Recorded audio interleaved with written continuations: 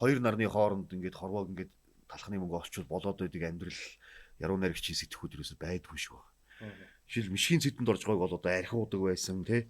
Жинхэнэ сайхан архичин байсан гэж зөндөөл ярьдаг, муулдаг тий. Тухайн үед бол яг үндэл одонгийн төдөгөө хэдийн орчуулгын ажил олж өгч тусалж байгааг бол мишгийн цэдэнд орж байгаа нийгэм нөгөө цагийн ажил хийх тийм боломжгүй тэгж авдагчгүй тийм нийгэм байж л.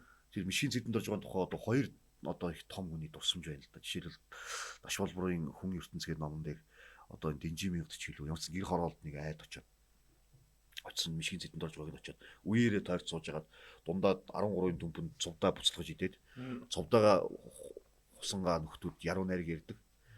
Тэр хүүхдүүдийн дунд чинь Дашвалбарч байсан, бүр Баабарч байсан. Баабар бас туссан маш мишгийн цэдэнд орж байгаа тэр цувдаанаас хүртэж байсан гэ. Тэгээ тэгингээ архиа найруулж угаал тий. Тэгингээ маш олон залуучуудын нүдийг нээсэн.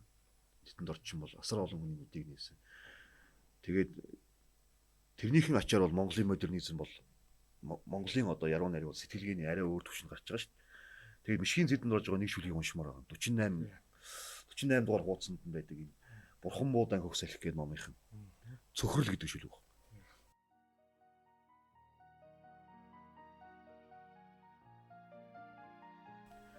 Морио өчигдөр барьж сайн сойсон юмсан, морио үрсэх чимээнэр зүүднээс сэрсэн юмсан. Морины хоёр чир давхиж хөтөл авсан юмсан.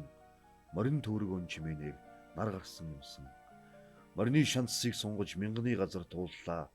Морчсон зүгийн наран түмний газар хэлбийжээ. Морины хоомыг татхад хар хөлсөн цувран. Морины хар хөлс шөнийн жавартар дайн. Морио өчигдөр барьж бийл ганцаараа сойжээ. Морио үрсэх чимээнээр бийл ганцаараа сэржээ. Морины хоёр чир давхиж бийл хөтөлд авчээ. Морин төврөг өн чимээнээр чиний нар гарсангүй.